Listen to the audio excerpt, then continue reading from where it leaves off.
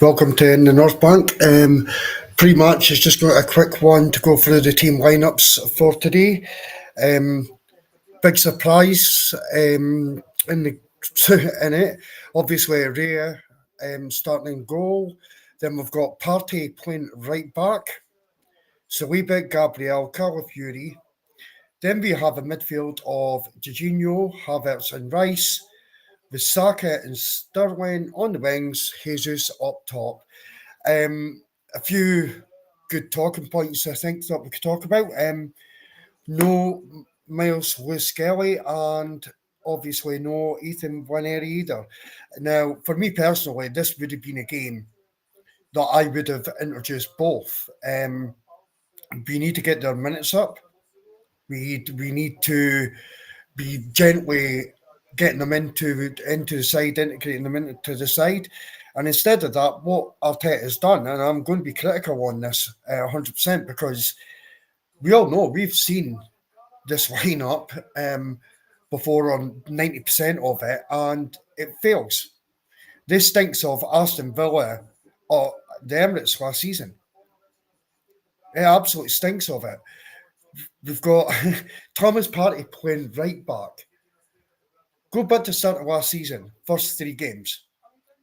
Go and tell me out of that, did any of it work?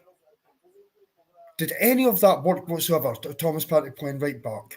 Yes, he could invert into his natural position. I get that. I totally understand that. However, did that work? And the answer for me is no. Look at the rest of the defence, right? We have, obviously, Saliba, Gabriel, Calafiori. That's solid. Nothing wrong with that whatsoever.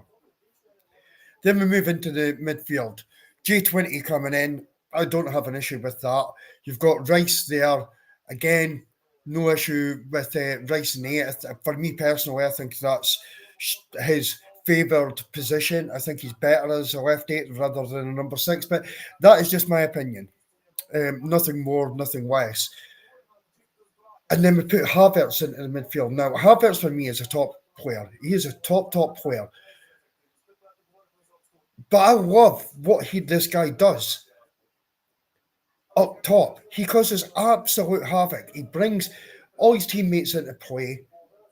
And when we see him playing in the midfield, I just think you take that away. You take that menace and surroundings away from the team of Havertz up top. Because no other player could do it. No other player can do it. So we then go to the wings. Obviously, we've got Saka, that's standard. And then Sterling. Now, I watched Sterling. I was at the game. I watched Sterling play against Bolton. And for me, he still looks off it. He doesn't look ready at all. I guess minutes help him get ready. And he will have, hopefully, a major say in what happens in the season. But surely, we could be sitting back right now and thinking that there could have been alternative options there where we could have, we could have brought in Ethan, put Ethan in the 10, played Havertz up top, played Jesus if he has to play on the left wing, because for me, that's the only place that you can play him is on either wing. You cannot play him up top.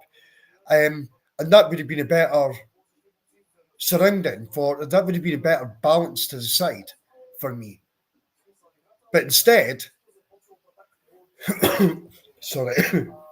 instead, it looks like Arteta has went with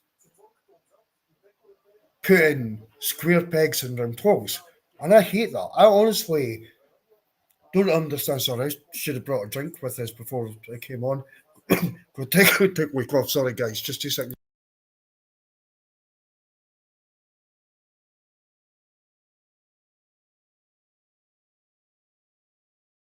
Yeah, so sorry, as I was saying, it's like square pegs in round holes. And to be honest, I'm not impressed with this at all. I thought the days of Arsenal having to do this. Sorry. I thought the days of Arsenal having to do this were long gone. Completely long gone. But here we are. Yeah, we're playing against Southampton, but seriously, I'm not impressed with this lineup even in the slightest. We certainly should have been given the kids a chance. Ethan deserves to start for me. We said this on the preview show 2 nights ago, where one night ago, where I personally felt that Ethan is chapping on the manager's door very loudly. I just don't get, like in my industry, if we have a problem in one certain area, we'll isolate that problem to just that area. And then we know we've got a problem in that area and we have to apply solutions to help fix that one area. But what we don't do is move everything around and cause 3 different areas where there's issues. Because if you've got 3 or 4 different areas where there's issues, it's harder to find solutions to support it or to make it work. But today, it looks like, I can't believe what I'm seeing with this lineup. It looks like we are shoehorning players into the side. And I'm sorry to say this, Jesus is not a striker for Arsenal. He is not Arsenal quality as a striker. And I like the player. Don't get me wrong. I like him. I like his energy. I like his pressing. I'm not saying he shouldn't be in the Arsenal lineup. But playing as a 9, he's not. I know he wears the number 9, but he's not a 9. We know this. You get 0 GA out of Jesus. Now, I'm going to be doing a post-match show straight after the game. If Jesus scores a hat-trick today, I'll come on and put my hands up and say that I got it completely wrong. But I just don't see it. I really don't see it. So I honestly do not get why, one, we have not given the kids a chance. I don't understand why that is. We have 2 very talented young boys that could have came into this side today, brought energy, and gave Arsenal some kind of chance in this game. But we've not. We've left them on the bench. Then we go into midfield. And we've got Jorginho, Rice and Havertz. I can't remember a game where that's worked. But we're doing it. Then you look at our left wing and we've got Sterling on it. Nowhere near ready. He's nowhere near match fit. And then up top, Jesus, that honestly, I've just Man City played him on the right wing for a reason. Man City played Jesus on the right wing for a reason. There is a player in there, 100% there's a player in there. He's fantastic at pressing. He's fantastic with his energy levels and what he gives. He'll fight for the team. I totally understand all of that. But he will not score Arsenal goals. Now, I'll eat my words at full time if this happens. We are going live straight after the game. But honestly, Arteta, I'm Arteta's biggest fan. And I love the job that he's done at our football club. And this is not a meltdown. It's far from it. But these calls, we should be learning from them not to do it. We've tried it. It's been experimented. It didn't work. Let's move on from it. However, we've not done that. We've went backwards and we're away to do it again. Thomas Partey right back. That means no overlapping today, guys. There will be no support for Saka. None at all. There's no overlapping coming from Partey.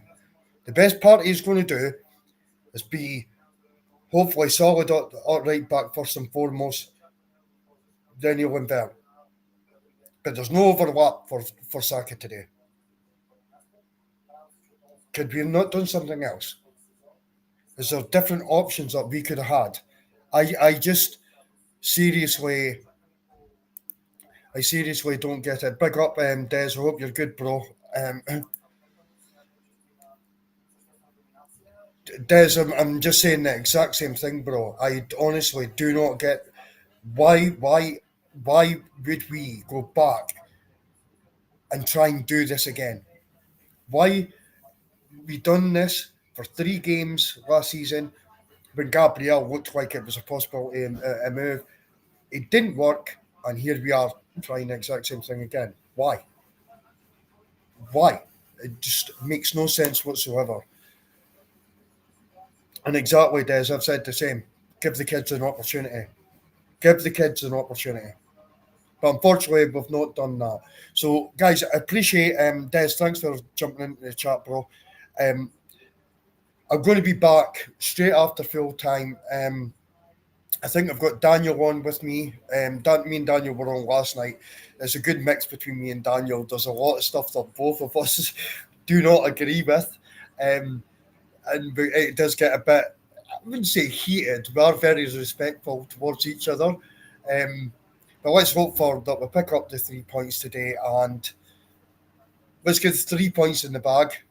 And then, yeah, hopefully I'm wrong. Hopefully I'm wrong on what I've said at the start of this podcast. Hopefully that is the case, that I am wrong. But let's wait and see. Thanks for watching, guys, and we'll catch you straight after full time, and hopefully it's a big 3 points. Big up and enjoy the game.